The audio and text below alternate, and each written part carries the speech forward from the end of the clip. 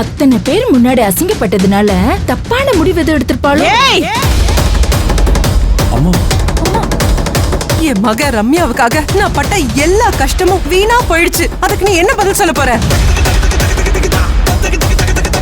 நீங்க 1000 வேணா சொல்லுங்க அத்தை, நீங்க பேசுனது தப்புதான். அது ஒண்ணும் என் வாய் தவறி வந்த வார்த்தை இல்லம்மா, என் மனசுல நான் உறுதியா எடுத்த முடிவு.